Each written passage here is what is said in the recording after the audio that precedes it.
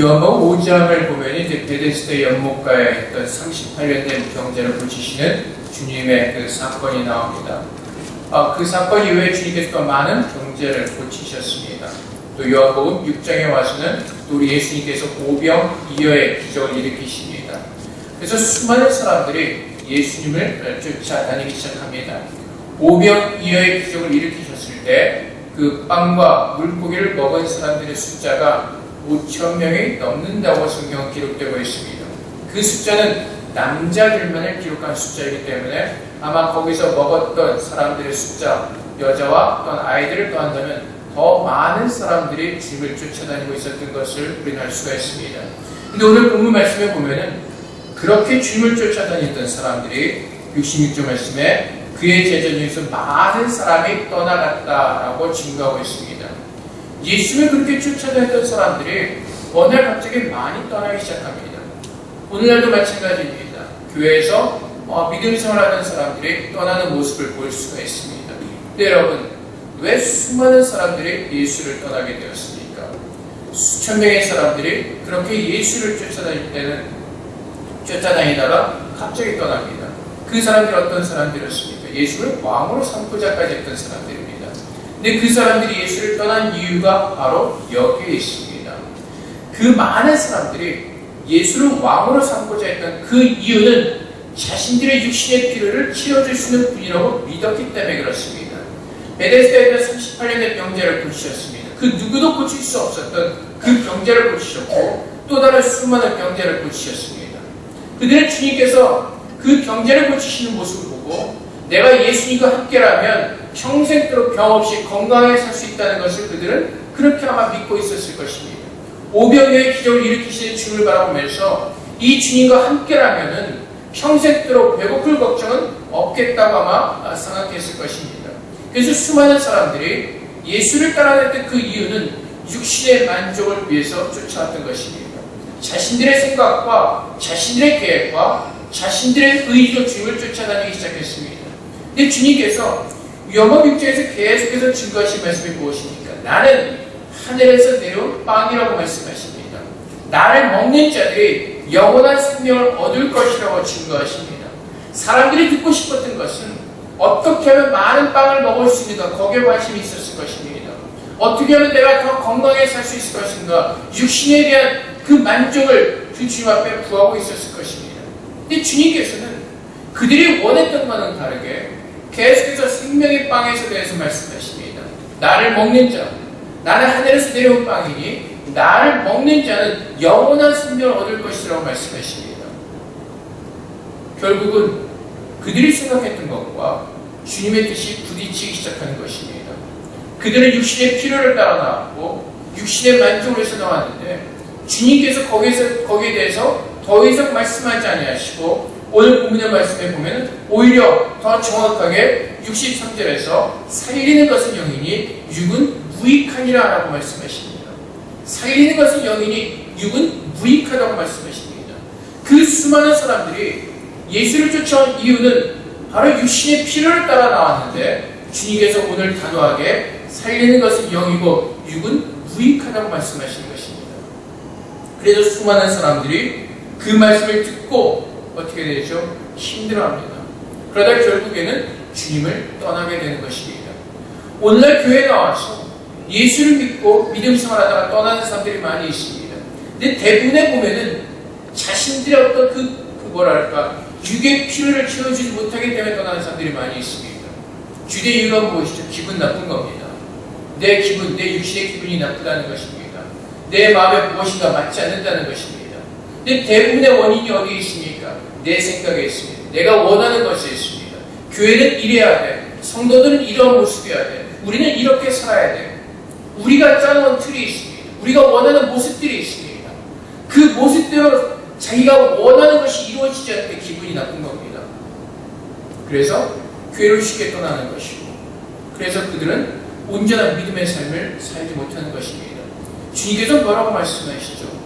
우리가 교회를 나올 때 예수 그리스도를 믿고 신앙생활을 할 때 우리의 것을 가지고 섬기는 것이 아닙니다. 주님의 말씀을 순전하게 듣고 주님께서 말씀하시는 그대로 순종하라고 말씀하십니다. 우리가 우리의 것을 가지고 나와서 주님을 따르다 우리는 실패할 수밖에 없습니다. 하나님 앞에 나올 때 우리의 계획과 우리가 원하는 모든 것들을 다 버리고 주님께서 무엇을 말씀하시고 우리는 거기에 초점을 맞춰야 될 것입니다. 우리가 믿음 생활하면서도 우리가 원하는 것을 지키기 위해서 우리가 원하는 만족을 찾기 위해서 믿음 생활할 때가 참 많이 있습니다. 그 예가 바로 마태복음 19장에 나오는 젊은 부자의 이야기입니다. 마태복음에도 기록되어 있고 마가복음, 누가복음에도 기록되어 있습니다. 어느 날 돈 많은 젊은 청년이 주님 앞에 나왔습니다. 그리고 주님 앞에 묻습니다. 선한 선생이여, 내가 어떻게 하면 영생을 얻을 수가 있겠습니까? 근데 주님께서 뭐라고 대답하시죠? 계명을 지키라고 말씀하십니다. 그랬더니 청년의 대답이 놀랍게도 제가 어려서부터 모든 계명을 다 지켰습니다. 내가 아직도 무엇이 부족합니까? 라고 주님 앞에 묻습니다. 이때 주님께서 뭐라고 대답하시냐면 한 가지 부족한 것이 있으니 너의 재물을 다 팔아서 가난한 사람들에게 주고 나를 쫓으라고 말씀하십니다. 근데 우리가 다 알다시피 결과가 어떻게 되었죠? 젊은 청년은 예수님의 말씀을 듣고 그대로 순종한 것이 아니라 마음에 근심하며 슬퍼하며 돌아왔다고 성경은 증거했습니다. 그 이유가 어디에 있습니까? 그는 재물이 많음으로 이 말씀을 듣고 근심하며가 아니라 그 청년의 마음이 어디에 있었습니까? 재물에 있습니다. 육에 있습니다. 주님께서 원하시는 것은 무엇이죠? 나를 따르라는 것입니다. 재물을 의지하지 말고 나를 100% 신뢰하며 나를 따르라고 주님께서 말씀하시는 것입니다. 근데 그 젊은 청년은 그가 모든 계명을 다 지켰지만은 그는 하나님을 위해서 계명을 지킨 것이 아니라 자신의 물질을 지키기 위해서 계명을 지켰던 것과 마찬가지입니다. 그는 주님의 말씀을 들으면서도 그가 가지고 있던 재물을 지키기를 원했습니다. 하나님을 100% 따르는 순종보다는 자신의 재물을 더 의지하기 원했습니다. 우리도 마찬가지입니다. 주님 앞에 나올 때 우리는 우리의 모든 것을 다 내려놓고 주님을 따르겠다고 고백을 합니다. 그렇다면 주님께서 우리에게 말씀하시죠. 너의 모든 것을 내려놓고 나를 따르라고 말씀하실 때 우리는 그 말씀에 믿음으로 순종할 수 있는 은혜가 우리에게 있어야 될 것입니다. 근데 그 은혜는 그 말씀을 따를 수 있는 그 믿음은 주님께서 우리에게 주신다고 말씀하십니다. 우리가 그 믿음을 가지는 것이 아니라 하나님께서 택한 자들에게 그 믿음을 주시겠다고 주님은 우리에게 약속하고 계시는 것입니다. 그래서 베드로에게 주님께서 말씀하시죠. 모든 많은 사람들이 떠났을 때 12제자에게 물으십니다. 너희도 가려느냐? 너희도 가려느냐? 그랬더니 베드로가 뭐라고 대답합니까? 주의 영생이 말씀이 주께 있사오니 우리가 누구에게로 가오리까? 우리는 우리가 주는 하나님의 거룩한 자이신 줄 믿고 알았사옵나이다. 여러분 어떠십니까? 베드로의 믿음의 고백이 대단합니다. 근데 여러분 베드로는 많이 실패했던 사람입니다. 많이 실패했던 사람이죠. 너희는 나를 누구냐라고 물었을 때 주는 그리스도시요 살아계신 하나님의 아들이십니다 라고 믿음의 고백을 했던 사람입니다. 다른 사람들은 다 춤을 버릴지언정 나는 춤을 끝까지 따를 것입니다 라고 말했던 베드로입니다. 근데 베드로의 모습은 어떠했죠? 그 말을 다 지켜내지 못했습니다. 따르지 못했습니다. 하지만 그럼에도 불구하고 베드로가 오늘 같은 믿음의 고백을 할 수 있었던 것은 베드로의 힘이 아니라 베드로의 지식이 아니라 성령께서 도우시는 것입니다. 마태복음에서 주님께서 말씀해 너희는 나를 누구냐고 물으실 때 베드로가 고백합니다. 주는 그리스도 살아계신 하나님의 아들이십니다. 근데 주님께서 뭐라고 대답하시죠? 네가 이 대답을 하는 것은 너의 힘으로 하는 것이 아니라 하나님 아버지께서 알게 하신 것을 고백하게 하신다고 말씀하십니다. 이 말씀 무엇입니까? 우리 주님께서 계속해서 요한복음 6장에서 몇 번에 걸쳐서 사람들에게 말씀하시니 하나님께서 주신 자들을 내가 하나도 잃어버리지 않냐고 마지막 날에 살릴 것이라고 말씀하십니다. 우리는 하나님의 뜻을 따라 예정을 받았고 그 뜻을 따라 하나님께서 부르심을 따라 믿음으로 살도록 하나님께서 그렇게 은혜를 우리에게 부어주시는 것입니다. 베드로가 오늘 68절과 69절 말씀에서 이런 믿음의 고백을 할 수 있었던 이유는 성령께서 그 고백을 할 수 있도록 도와주셨기 때문에 그렇습니다. 베드로가 스스로 이 고백을 하는 것이 아니라 베드로의 연약한 모습이 있습니다. 부족한 모습이 있습니다. 하지만 성령께서 이 믿음의 고백을 하도록 하나님께서는 은혜를 주셨습니다. 이 말씀을 통해서 깨달을 수 있는 것이 무엇입니까? 우리가 육을 위해 살지 않고 영을 위해서 사는 사람들은, 하나님께서 택하신 사람들은 하나님께서 약속하신 보혜사 성령을 보내셔서 그 성령의 도우심을 따라 살도록 하나님 그 은혜를 우리에게 부어주셨다는 것입니다. 우리의 힘으로 살아야 되는 것이 아니라, 우리의 뜻과 우리의 의지로 살아야 되는 것이 아니라, 성령께서는 우리가 알지 못하는 그 순간에도 우리와 함께 하셔서 우리를 도우시는 분이 바로 성령님이십니다. 성령님은 요란스럽게 우리와 함께 하시는 그 모습을 증거하지 않으셔도 우리의 삶 가운데서 우리를 떠나지 아니하시고 우리를 도우시는 분이 성령님이십니다. 그래서 때로는 어떤 분들이 대답을 참 잘할 때가 있습니다. 기특한 말을 할 때가 있습니다. 그 말을 하게 하시는 분은 바로 성령님이시라는 겁니다. 그래서 구원은 하나님께 있습니다. 우리의 육신의 필요를 따라 주님을 찾으러 나오는 것이 아니라 우리는 영을 위해서 나오는 것입니다. 내가 영원히 사는 그 영생을 주님 앞에 우리가 허락받고 축복으로 받고 그 영생의 삶을 살게 주 앞에 나오는 것입니다. 우리 육은 무익하다고 말씀하십니다. 살리는 것은 영이니 육은 무익하다고 말씀하십니다. 이 말씀이 무엇입니까? 많은 사람들이 육에 대한 관심을 가지고 살아갑니다. 주님께서 지적하셨던 것처럼 너희가 무엇을 먹을까 입을까 염려하지 말라고 말씀하십니다. 모든 사람들의 염려가 여기를 넘어서질 않습니다. 벗어나질 않습니다. 삶의 문제입니다. 무엇을 먹어야 될까? 무엇을 입어야 될까? 어디에 살아야 될까? 우리 아이들에게 공부를 열심히 하는 이유가 무엇이죠? 이 세상의 대부분의 사람들은 좋은 직장을 갖기 위해서입니다. 좋은 직장을 왜 가져야 되죠? 돈을 많이 벌기 때문에 그렇습니다. 결국은 먹고 사는 문제 때문에 공부하는 것이고 먹고 사는 문제로 일하는 것입니다. 근데 마지막은 어떻습니까? 마지막은 사망입니다. 옛날에 이태리의 옛날 오래된 이야기입니다. 어떤 사람이 대학을 가려고 했는데 돈이 없었습니다. 근데 어떤 사람이 장학금을 준다는 소리를 듣고 그 대학을 가고 싶어 했던 사람이 그 장학금을 주겠다는 사람을 찾아왔습니다. 그 장학금을 주겠다는 사람이 질문을 합니다. 당신은 왜 대학을 가려고 합니까? 대학을 졸업해서 좋은 직장에 가려고 합니다. 그리고 왜 좋은 직장에 가려고 합니까? 계속해서 묻는 겁니다. 좋은 직장을 다니면서 돈을 벌어서 결혼을 하고 싶습니다. 가정을 꾸릴 겁니다. 그리고 가정을 꾸리려면 어떻게 할 겁니까? 아이들을 낳을 겁니다. 아이들을 낳으면 어떻게 할 겁니까? 길러줄 겁니다. 뭐 이렇게 계속해서 그 다음에 어떻게 할 겁니까? 계속 듣다 보니까 그 이야기의 중점이 어디로 갔습니까? 죽음입니다. 인생의 모든 삶은 죽음으로 마치게 되어 있습니다. 그래서 우리는 이 땅에 살아가면서 죽음을 준비하는 삶을 살아야 되는 것입니다. 오늘 하루 우리가 살아가는 것은 영원한 생명을 위해서 그 생명에서 사는 것입니다.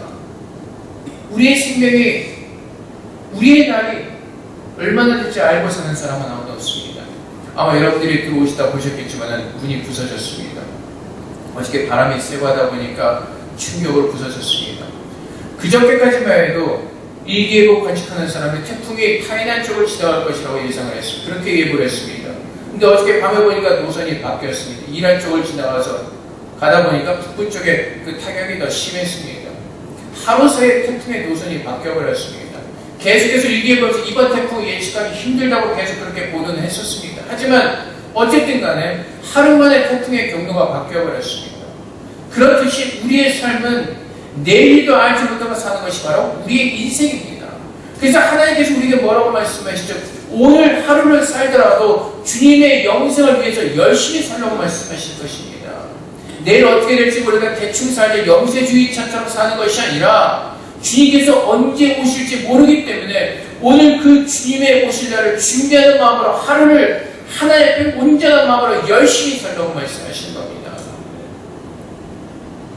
영적인 삶을 사는 사람들은 세상의 것에 마음을 두지 않습니다. 무엇을 먹을까, 무엇을 입을까, 거기에 대해서 염려하는 마음을 살지 않습니다. 영적인 삶을 사는 사람들은 오늘 내가 하나님의 말씀대로 살아내기를 간절히 소원하는 마음으로 하나님의 은혜를 구할 것입니다. 좀 아까 말씀드린 대로 우리의 입에서 나오는 모든 말과 우리가 행하는 모든 것들을 성령께서 도와주실 때 우리는 하나님께서 말씀하신 그 거룩한 삶을 살아낼 수가 있기 때문에 그렇습니다. 하나님께서 오늘도 우리 안에서 새로운 일을 하신다고 말씀하십니다. 언제까지요? 주님이 오시는 그 마지막 날까지 어떻게 일하시죠? 성령께서 우리를 도우시는 겁니다. 주의 말씀을 깨닫게 하시고 기억나게 하시고 그 말씀대로 살 수 있는 은혜도 성령을 통해서 하나님께서 부어주시는 겁니다. 오늘도 우리가 구하는 것은 바로 그것입니다. 하나님의 은혜 가운데 서는 사람들이 되도록 우리는 그것을 위해서 기도하는 것입니다. 그 은혜로 서지 못한다면 우리는 하나님께서 영적인 것을 말씀하실 때 우리는 늘 부딪힐 수밖에 없습니다. 왜요? 우리가 생각하는 모든 것들은 육적인 것들이기 때문에 그렇습니다. 그래서 교회에 나와서도 우리가 먹을 것을 위해서 염려하고 무엇을 입을까 염려하고 근심하고 걱정한다면 우리는 하나님께서 말씀하신 것과 부딪힐 수밖에 없습니다. 예수님께서 영원한 생명에 대해서 말씀하실 때 그 말씀을 듣는 모든 사람들의 마음 안에 부딪힘이 있었습니다. 그래서 6장 41절 말씀에도 보면은 자기가 하늘에서 내려온 떡이라 하시고 유대인들이 예수에 대한 수근거리기 시작합니다. 왜 그렇습니까? 자기들이 하는 육적인 지식과는 거리가 먼 하나님의 말씀이기 때문에 그렇습니다. 52절 말씀에도 그러므로 유대인들이 서로 다투어 이르되 이 사람이 어찌 능히 살을 자기에게 우리의 주어 먹게 하겠느냐? 사람들은요 하나님께서 영적인 것을 말씀하실 때 그 말씀을 알아들을 수 있는 힘이 없습니다. 모든 생각이 육적인 것이 있기 때문에 그렇습니다. 부딪힐 수밖에 없습니다. 그래서 결국 사람들이 견뎌내지 못하고 떠나는 것입니다. 누가 살는다고요? 누가 남아있습니까? 하나님께서 택하신 자들이 남는 겁니다. 우리 주님께서 증거하시는 것처럼 65절 말씀에 그러므로 전에 너에게 말하기를 네 아버지께서 오게 하여 주지 아니하시면 누구든지 내게 올 수 없다 하였느라. 누가 살아납니까? 하나님께서 택하신 자들입니다. 창세전부터 예정하시고 우리를 그리스도에 예정하시고 오늘도 하나님의 은혜 가운데 살게 하시는 그 은혜를 입은 사람들이 사는 겁니다. 그래서 우리가 내가 정말로 예수를 믿고 구원을 받은 사람이라면 우리의 소망이 어디에 있습니까? 영원한 생명이 있습니다. 영원한 생명을 사는 사람들이 어디로 갑니까? 천국으로 갑니다. 우리의 소망은 천국에 대한 소망을 가지고 오늘 하루 이 땅에서 힘들고 어렵더라도 주의 말씀을 붙들고 인내며 참고 견뎌내는 것입니다. 예수를 믿는다고 해서 우리의 형편이 바뀌어지질 않습니다. 예수를 믿는다고 해서 모든 상황들이 바뀌어지질 않습니다. 예수를 믿고 바뀌는 것은 바로 내 자신인 것입니다. 전에는 우리의 힘으로 살려고 받으실 때는 내 힘을 의지할 때는 힘들고 어렵고 넘어지고 실패할 수밖에 없지만은 이제 내가 하나님을 믿고 그 말씀을 붙들고 서 있을 때 그 모든 상황과 환경을 이기시도록 하나님께서 그렇게 우리 믿음을 부어주시기 때문에 그렇습니다. 그래서 우리가 대부분의 간증이 무엇이죠? 내가 예수를 믿고 난 다음에 내가 예수를 믿고 깨닫는 것이 내 상황 하나 바뀌지 않지만은 나를 붙들고 계시는 그 하나님을 만나는 그것이 바로 우리의 간증이 되어지는 것입니다. 우리는 이 세상에서 예수를 믿는다고 더 특별한 대접을 받고 살지 않습니다. 요즘은 예수를 믿는다고 더 핍박하는 그런 시대에 살고 있습니다. 더 환경이 좋아지진 않습니다. 그럼에도 불구하고 우리는 어떻게 삽니까? 하나님께서 예수를 믿는 자들에게 영원한 생명을 주시고 천국을 약속하셨기에 우리를 데리러 오신 그 주님이 언제 오실지 모르기 때문에 오늘도 그 주님의 소망을 두고 그 주님께 소망을 두고 주님만을 바라보면서 믿음으로 이곳에서 힘들고 어렵다 할지라도 주님을 배반하지 않고 주님의 말씀대로 순종해야 되는 그 삶을 성령의 도우심을 따라 사는 겁니다. 그것이 주님께서 기뻐하시는 믿음의 사람들의 모습인 것입니다. 그래서 여러분 우리는 무엇을 위해서 기도합니까? 세상이 바뀌기 위해서 기도하지 않습니다. 세상은 바뀌지 않을 겁니다. 왜요? 죄로 이 땅에 충만하게 될 때 예수님께서 이 땅을 심판하러 오시기 때문에 그렇습니다. 결국 마지막에는 죄로 이 땅에 충만하게 될 것입니다. 소돔과 고모라보다 더 견디기 힘든 그런 시대가 분명히 이 시대에 임할 것입니다. 우리가 기도하는 것은 무엇입니까? 그 상황 가운데서도 주님을 배신하지 않고 주님만을 바라볼 수 있는 그 믿음을 위해서 기도하며 간구하며 사는 겁니다. 그것이 바로 믿음의 사람이고 그것이 바로 영생을 구하는 사람들의 모습이기 때문에 그렇습니다. 오늘 하루를 살더라도 주님만을 붙들고 그 주님을 향한 그 믿음을 지키며 살기를 원하는 그 마음을 주님께서 원하시는 겁니다. 그래서 주님께서 우리에게 요구하시는 것이 무엇이라고요? 마음입니다. 그래서 주님께서 우리에게 뭐라고 말씀하시죠? 물은 지킬만한 것보다 마음을 지키라고 말씀하십니다. 하나님께서 우리에게 구원을 주신 것도 하나님의 은혜요. 내가 하나님의 은혜 가운데 살아나는 것도 하나님의 은혜요. 모든 것이 하나님의 은혜이기 때문에 그렇습니다. 근데 그 은혜가 하나님의 마음에 부음받은 자들, 주님의 마음으로 새롭게 된 사람들이 그 은혜의 구원을 간과해 나갈 때 하나님께서 그 마음의 기도를 들어주시는 것입니다. 그래서 그 젊은 청년이 재물 때문에 마음이 근심하며 슬픔에 떠납니다. 그랬더니 주님께서 제자들에게 말씀하시죠. 낙타가 발기로 들어가는 것이 부자가 하나님의 나라에 들어가는 것이 더 쉽다고 말씀하십니다. 그러니까 제자들이 놀라죠. 제자들이 봤을 때 이 젊은 청년은 어렸을 때 계명을 다 지켰다고 말합니다. 제자들이 볼 때 이 청년은 대단한 사람입니다. 자기들과 비교할 때 이 청년 아마 엄청나게 위대해 보였을 것입니다. 근데 주님께서 말씀하십니다. 낙타가 바늘귀로 들어가는 것이 부자가 하나님 나라에 들어가는 것보다 더 쉬우니라. 이 말씀은 무엇을 뜻하는 겁니까? 부자라고 다 천국에 들어가지 못한다는 것이 아닙니다. 오직 하나님께서만이 구원을 이루실 수 있다고 말씀하시는 겁니다. 제자들이 몹시 놀라서 그렇다면 누가 구원을 얻을 수가 있습니까? 예수께서 그들을 보시며 이르시되 사람으로서는 할 수 없으나 하나님으로서는 다 하실 수 있느니라. 그래서 결국 누가 구원을 얻는다고요? 하나님께서 택하심을 받은 자들, 예수님께서 구원하실 자들, 그 사람들이 구원을 얻는다고 말씀하시는 겁니다. 그래서 우리의 구원은 오직 하나님의 은혜와 사랑으로 값없이 우리에게 주어지는 은혜인 것입니다. 그래서 그 구원이 우리에게 너무나 값진 것이고 무엇과도 비교할 수 없는 하나님의 사랑이고, 그래서 그 사랑을 안 사람들은, 그 사랑의 맛을 본 사람들은 그 사랑을 놓치지 끝까지 붙들어가는 그 감사함과 기쁨으로 주님 앞에 나오는 것입니다. 하나님께서 우리를 각 처소에 세우셨습니다. 직장에, 가정에, 또한 학교로 우리를 세우셨습니다. 우리에게 원하시는 것이 무엇이죠? 우리가 서 있는 그곳에서 주의 말씀을 붙들고 순종하며 서 있는 것을 하나님께서 요구하고 계십니다. 우리의 마음을 전심을 주 앞에 드리며 그 젊은 관원처럼 우리의 마음이 내가 서 있는 그곳에, 우리가 서 있는 회사에, 아니면 재물에, 아이들에게 모든 마음을 빼앗기고 있는 것이 아니라 내가 서 있는 그곳에서 하나님을 바라보면서 주의 말씀에 순종하며 하나님의 영광을 증거하기를, 하나님의 은혜 가운데 살아내기를 하나님께서 그것을 우리에게 말씀하고 계시고 그 은혜를 우리에게 주기를 원하시는 겁니다. 근데 우리는 자꾸 우리의 힘으로 어떻게 해보려고 합니다. 내 지혜와 내가 아는 것을 어떻게 해결해보려고 합니다. 주님은 뭐라고 말씀하시죠? 주의 말씀으로 살라고 말씀하십니다. 사람의 떡으로 사는 것이 아니라 하나님의 말씀, 하나님의 지혜로 사는 것이라고 말씀하십니다. 그래서 우리는 구하는 겁니다.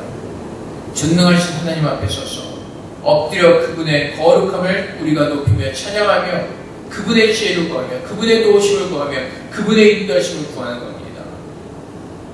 그래서 주님께서 살리는 것은 영이니 육은 무익한 것이다. 우리의 영을 위해서 사는 겁니다. 주님이 언제 오실지 모르게 우리는 주님을 바라보면서 슬기로운 처녀들처럼 등불을 준비하며 오늘 하루를 사는 겁니다. 그래서 우리의 모든 마음들을 하나님의 아닌 것을 빼앗기는 것이 아니라 모든 것들을 주님의 마음으로 대하며 주님의 마음을 행하는 것이. 그래서 예수님께서 우리에게 말씀하시기를 너희는 이 마음을 품으라고 말씀하십니다. 예수를 믿는 자들에게 새로운 영과 새의 마음을 부어주시겠다고 약속하였습니다. 예수 그리스도의 마음과 성령의 영을 우리에게 부어주시겠다고 약속하셨고 그 말씀이 예수를 믿을 때 우리 모두에게 이루어졌습니다. 그렇다면 예수의 말씀이 진리라면 우리가 모든 살아가는 삶의 기준은 주님의 말씀이 되어야 되는 것입니다. 세상 사람들을 보면서 똑같이 우리 아이들을 교육하는 것이 아니라 똑같이 우리 남편을 바라보는 것이 아니라 하나님의 지혜의 말씀으로 우리는 그 말씀에 순종하면서 사는 겁니다. 그것이 하나님께서 오늘 우리에게 주시는 말씀입니다. 근데 우리가 육적인 것을 살아간다면 주의 말씀과 부딪힐 수밖에 없습니다. 우리가 육적인 것을 원한다면 교회에 나와서 하나님의 말씀 속에서 부딪힐 수밖에 없습니다.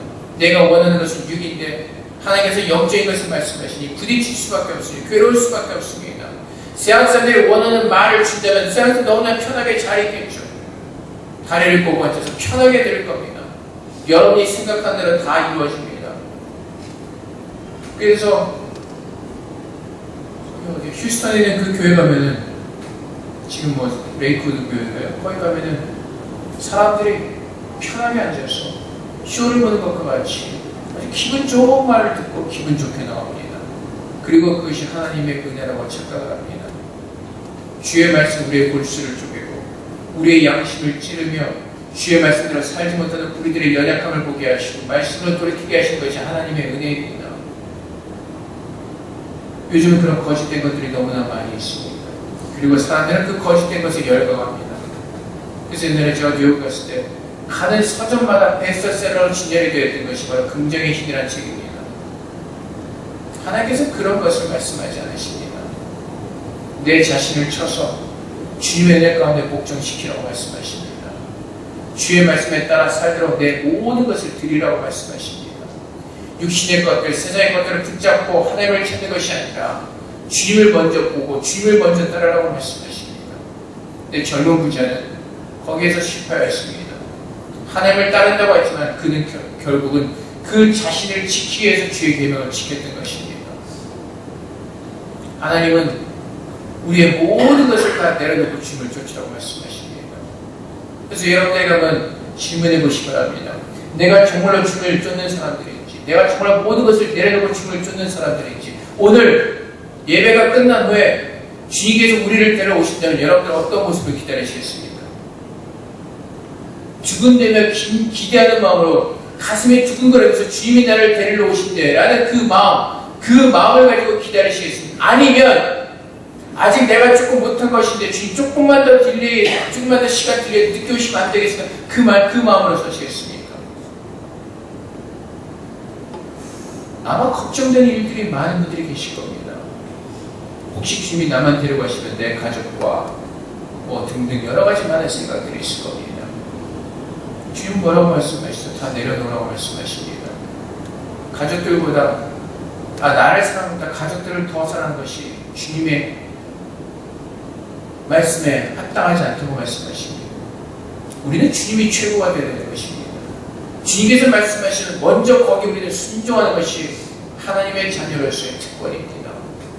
주님을 위한 것, 주님을 먼저 생각하는 것. 근데 우리는 천국 가기를 원합니다. 그런데 우리 마음속에 간절한 소망이 없죠.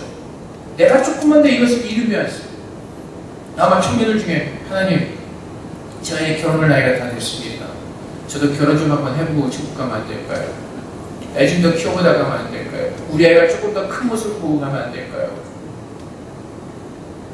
여러분 한번 스스로 질문해 보시기 바랍니다. 지금 주님께서 나를 부르실 때 나는 어떠한 마음으로 주 앞에 서 있을까? 그것이 바로 우리들의 모습입니다. 주님께서 나를 부르실 때 지금 만사 제쳐놓고 할렐루야하며 주님을 쫓아가는 그 믿음이 있는지 아니면 아직도 세상의 근심과 걱정 속에서 뒤를 돌아보는 마음이 있는지 롯의 부인처럼 우리는 하나님께서 100%의 완전한 믿음을 요구하십니다. 98% 없습니다. 믿음은 하나님 계신 것을 믿고 그분께 나가는 자를 삼주시는 분임을 믿고 그분께 나가는 겁니다. 오직 그분께만 우리의 모든 것을 다 드리는 것이 바로 하나님께서 우리에게 요구하시는 것입니다. 그래서 말씀의 육신이 우리 가운데 오셨고 그 말씀을 믿게 하시고 그 말씀을 믿는 자들에게 영원한 생명을 주셨습니다. 주님께서 우리와 함께 하시고 주님께 약속하신 성령이 우리와 함께 하십니다. 그래서 여러분 세상에서 살아가실 때 우리의 영을 죽일 수 없는 그 세상을 두려워하면서 세상과 타협하시면서 세상에 굴복하지 마시기 바랍니다. 믿음을 지키시면서 하나님을 붙드시기를 주님의 이름으로 축복드립니다. 우리는 날마다 삶 가운데 많은 도전을 받습니다. 하지만 주님께서 원하시는 것은 주의 말씀을 배반하지 않고 주의 말씀대로 지켜내는 겁니다. 그래서 우리는 성령의 능력이 필요하고 하나님의 은혜가 필요합니다. 베드로는 믿음의 고백을 열심히 굉장히 멋있게 잘했지만은 그것을 지켜내지 못했습니다. 왜요? 자신을 너무나 의지했기 때문에 그렇습니다. 믿음의 고백을 하나님의 지혜를 따라서 했지만은 자신이 그 믿음을 지킬 수 있다고 의지했습니다. 다른 사람들은 다 춤을 버릴지라도 나는 끝까지 춤을 추겠습니다. 자기 자신을 너무나 의지했습니다. 하나님은 그 믿음의 고백을 하게 하시고 그 믿음의 고백대로 살아낼 수 있도록 성령의 도우심을 구하기로 원하십니다. 그래서 성령이 충만한 삶을 살라고 말씀하시는 겁니다. 우리가 날마다 살아가면서 보게 될 것은 바로 그것입니다. 하나님, 내게 말씀하신 것을 듣게 하시고 그 말씀에 순종할 수 있는 하나님의 은혜와 능력을 내게 부어주시옵소서. 그래서 나와 함께 하시는 하나님의 은혜를 누리게 하시고 하나님의 사랑과 하나님의 긍휼하심 속에서 날마다 하나님을 만나며 나와 함께 하신 그 하나님을 기뻐하며 예배하는 삶을 살 수 있도록 그 은혜를 내게 주시옵소서. 우리는 그 기도를 함께 올려드리며 하나님과 동행하며 우리는 사는 것, 그것이 바로 우리의 기쁨이고 우리의 즐거움입니다. 세상의 것들은 지나고 나면 아무것도 아닙니다. 세상에 우리를 당황케 할 그 어떠한 일도 없습니다. 오직 하나님, 그 전능하신 하나님 우리의 능력이시고 그분만이 우리를 놀래키시고 그분만이 우리를 온전하게 인도하시는 전능하신 아버지 하나님이십니다. 태풍까지도 주관하시고 모든 만물을 주관하신 대주제자이신 그 하나님이 나의 아버지가 되셨고 그분을 아버지라 부르게 하시고 오늘도 그분과 함께 살도록 우리를 부르셨습니다. 세상의 헛된 것에 우리의 눈을 돌리지 마시고 영원한 천국의 나라를 바라보시는 가운데 오늘도 주님 안에서 믿음으로 승리하시는 저람이 되시기를 주님의 이름으로 축복드립니다. 살리는 것은 영입니다. 육은 무익하다고 말씀하십니다. 그렇다 우리가 세상을 아무렇게 사는 것이 아니라 하나님께서 나를 세우신 그곳에서 하나님의 처소가 되어서 하나님의 성소가 되어서 주님께서 나와 함께 하시는 다스리시는 그분의 영광을 증거하는 그 믿음의 삶을 살도록 우리를 그렇게 부르셨습니다. 오늘도 그 은혜 가운데 사시는 가운데 주님이 오시는 그날 천사들이 나팔 불 때 마지막에 오시는 그 주님께서 우리 이름을 부르실 때 우리 모두가 천국으로 올라가는 그 기쁨의 날, 기쁨의 은혜 가운데서 하시는 저녁 되시기를 다시 한번 주님으로 축복드립니다. 함께 기도하겠습니다. 하나님, 우리에게 말씀을 믿는 믿음을 주시옵소서. 믿음의 은혜로 살게 하사 썩어질 것에 소망을 두지 말게 하시고 살리는 영의 관심을 갖게 하시며 우리의 모든 삶이 죽음을 향해 가는 인생이 아니라 영원한 생명을 살아가는 영생의 삶을 살도록 하나님께서 그 은혜를 우리에게 보달아 주시길 주 앞에 기도하며 나아가도록 하겠습니다. 기도하겠습니다.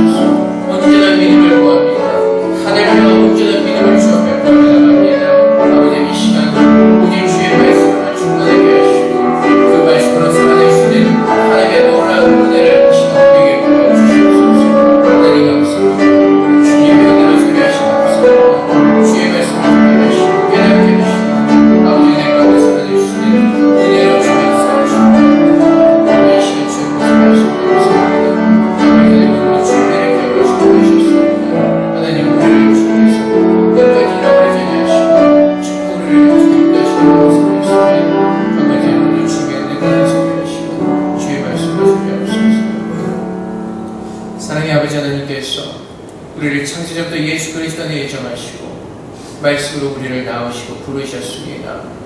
하나님을 아버지라 부르는 놀라운 은혜를 우리에게 허락하셨습니다. 아버지 하나님, 이제 우리는 구별된 자로 부름을 받았습니다. 하나님의 자녀로서 천국 시민으로서 부름을 받았습니다. 아버지 하나님, 우리가 이 세상에서 하나님의 자녀로서 구별된 모습으로 살게 하여 주시옵소서. 하나님의 은혜로 살아가는 자들 되게 하여 주시옵소서. 하나님의 빛이 되게 하시고 하나님의 소금이 되게 하여 주시옵소서. 아버지 하나님, 우리는 우리 스스로 빛을 발할 수 없는 존재임을 압니다. 하나님께서 우리에게 빛을 비추실 때 우리는 그 빛을 비추게 될 것입니다. 아버지 하나님, 하나님께서 주신 자들을 하나도 잃어버리지 아니하시고 다 구하실 것이라고 말씀하였습니다.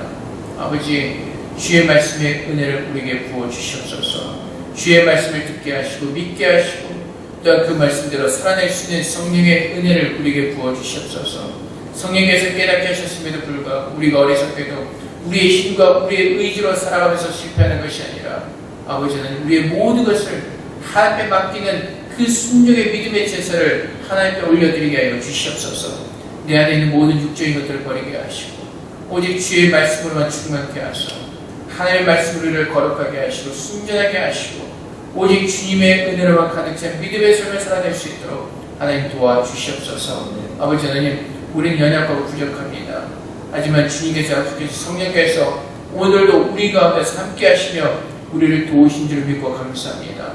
아버지 하나님, 영의 삶을 사는 영생의 사람들 되게 하시고 이곳에서도 주님과 늘 동행하며 하나님께서 부으시는 은혜로만 사는 은혜의 사람들 되게 하여 주시옵소서. 살리는 것은 영이라고 말씀하신 것처럼 우리가 이 땅에서 살아가면서 모든 관심이 세상에 있는 것이 아니라 영원한 천국의 소망을 두게 하시고 오늘 하루를 살더라도 주의 나라를 위해서 주의 말씀 앞에 헌신하며 순종의 제사를 올려드리는 믿음의 사람으로 축복하여 주시옵소서.